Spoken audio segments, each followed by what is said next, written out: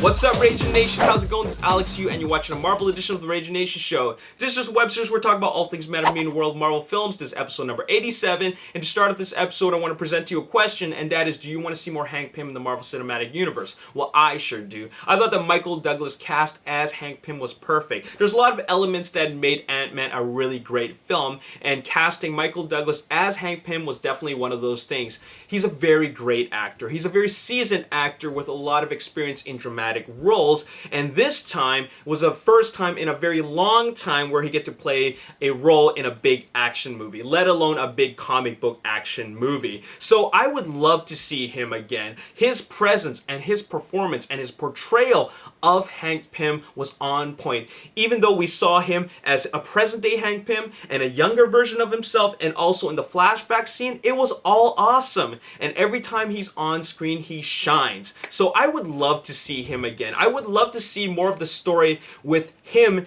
and Howard Stark. I would love to see more of that, and I don't think it would be that hard to do considering they did such a fine job at making Michael Douglas look younger as a young Hank Pym. So what I'm getting at is that if they ever decide to make another Ant-Man film, first of all, you gotta add Hank Pym in there. You gotta have it, okay? Another thing is that they could make a prequel with just Hank Pym, because they made Captain America: The First Avenger, which is a period film. It took place in the 1940s or 1950s, and I'm thinking that with the visual effects of Industrial Light and Magic, they could make Michael Douglas look young again for the entire movie, and then we could have a full-on Hank Pym story of a Ant-Man film, or Ant-Man prequel, if you will, and then we could see Wasp in it. Right? I would love to see that story. Now, the reason why I'm talking about this is because Michael Douglas recently expressed his interest in once again starring in the role of Hank Pym, either in a sequel to Ant-Man or making an appearance in one of those films in Phase 3, or possibly in his own prequel film. That would be awesome. I'm leaning towards a prequel film. I would love to see that. I would love to see him in his own role as Hank Pym, his own starring role. The thing is that he's not signed on for a multi-picture deal unlike the other cast members. For example, Paul Rudd, he's expected to reprise his role in Captain America: Civil War. Evangeline Lilly is expected to reprise her role as a Hope Van Dyne, aka Wasp, or rather New Wasp, in a Marvel Cinematic Universe Phase 3 film that is probably going to be somewhere within 3 years from now.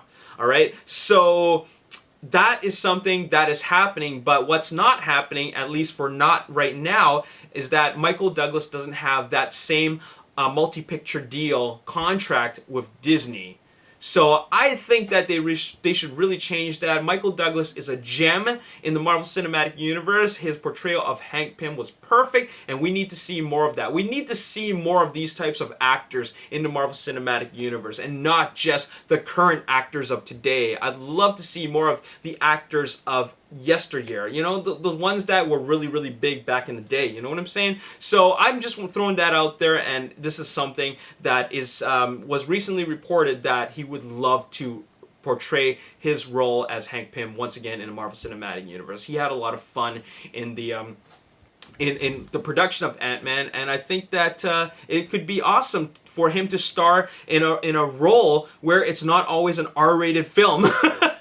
But anyways, that's all I gotta say with the Marvel Cinematic Universe. Now let's move on to what's going on over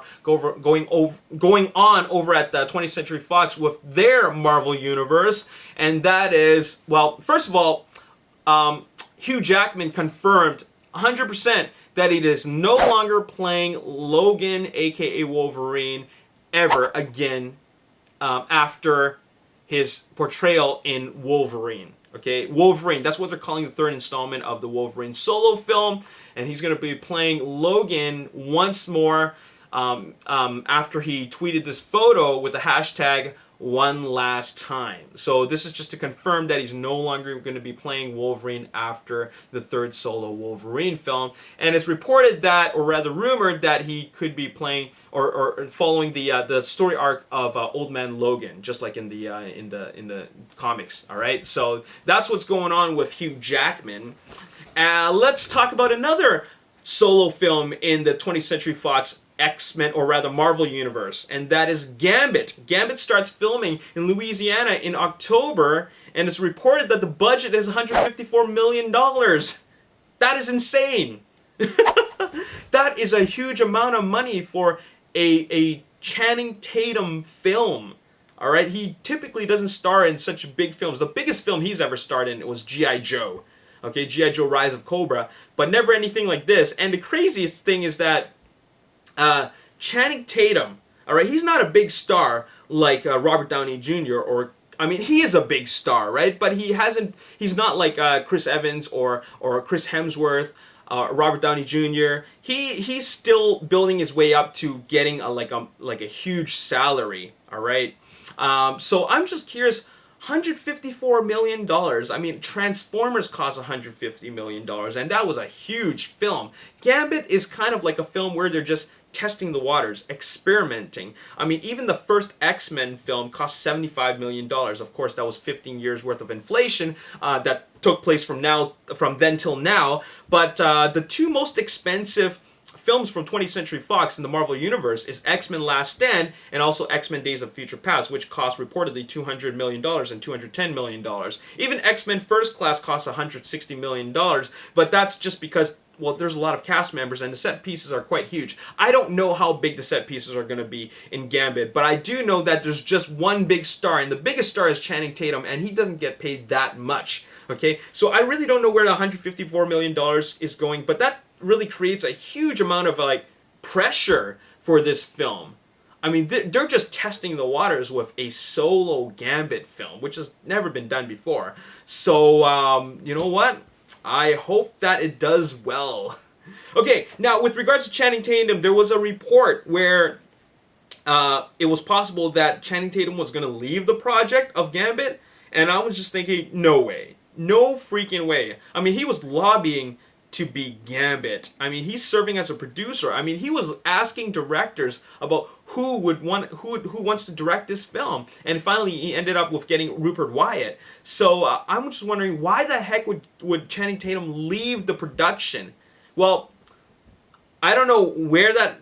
I don't even know if it was a rumor or if it was really, really true that he was going to leave, but thankfully none of that matters anymore because he is officially signed on to star in Gambit and also produce Gambit, okay? So that is something that we do not have to worry about anymore.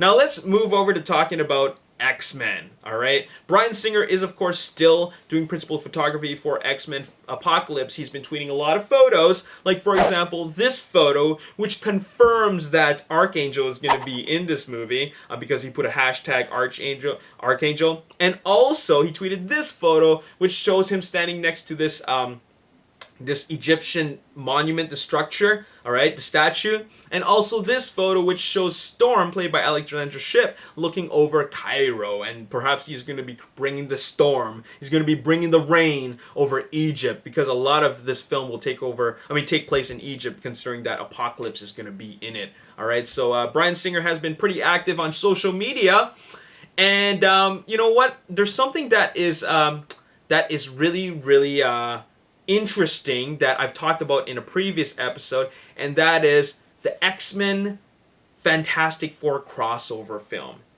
Bryan Singer confirmed that there is talk about this happening and talk about his involvement with this.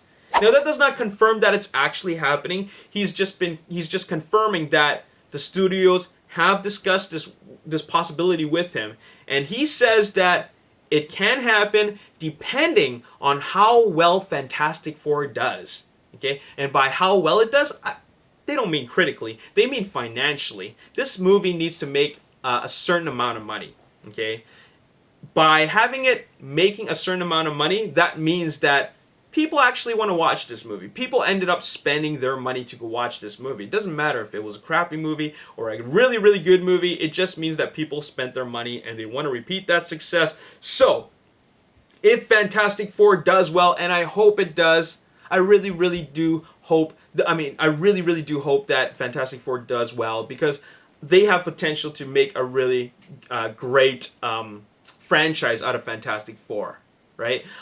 I really hope it does well, and if it does well, then we can see that X-Men Fantastic Four crossover. All right, it's something that a lot of people, there are a lot of fans that they don't care for it happening. They don't want to see it happen. They just want to see Fantastic Four and X-Men go back to Disney, or rather go back to Marvel Studios. But I want to see something new. And by doing something new, they got to start bringing characters together. And one of those things that they can do, or rather what was suggested, is by bringing the Fantastic Four and the X-Men together. And it's kind of like Fox's version of the Avengers, where they're bringing them all together. All right, so it can happen. It can very well happen. Fantastic Four just has to make a lot of money, and by a lot of money, I don't mean like $500 million or $1 billion. I'm talking about more than the first two. Okay, the first two of Jessica Alba in them, they just need to make more money than that, because even the first Fantastic Four film got a sequel because it made that amount of money. They just need to make more than that. Okay, so that could be happening. Now, the last thing I want to talk about is, well, what's going to happen after all this? What's going to happen after X-Men Apocalypse? What's going to happen after Fantastic Four and the X-Men crossover, if it actually happens? Well, there is a rumor going around that James McAvoy, who plays Professor X, and also Michael Fassbender, who plays Magneto, are signed on for more X-Men films after X-Men Apocalypse. Now, Bryan Singer might be done with his X-Men universe that he created, but there's still a lot more stories to tell in the X-Men universe. Now, of course, the X-Men universe on film is nowhere as big as the Avengers, but it's still something that is big, and it can continue to be big as long as they keep some familiar faces around. And they need to do that because they don't have to keep on resetting the audience's love for these characters. So I think that it's a very smart move should they decide to keep Michael Fassbender and James McAvoy around for future X-Men films. I hope this rumor is true, because I would like to see this franchise keep on going. And to have it keep on going successfully, you gotta bring back old faces. Old, familiar, friendly faces, alright? So, that's that. Anyways, that's all I gotta say in this video. Would you like to see more X-Men? Would you like to see an X-Men and Fantastic Four crossover? How do you feel about Fantastic Four? Do you even care? And do you want to see a Hank Pym Ant-Man prequel film? That is the question.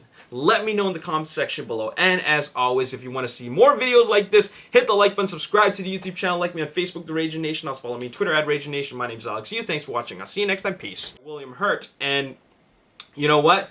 That is going to be nuts, because it could suggest that we're going to see Red and Green Hulk. I don't know, but that would be very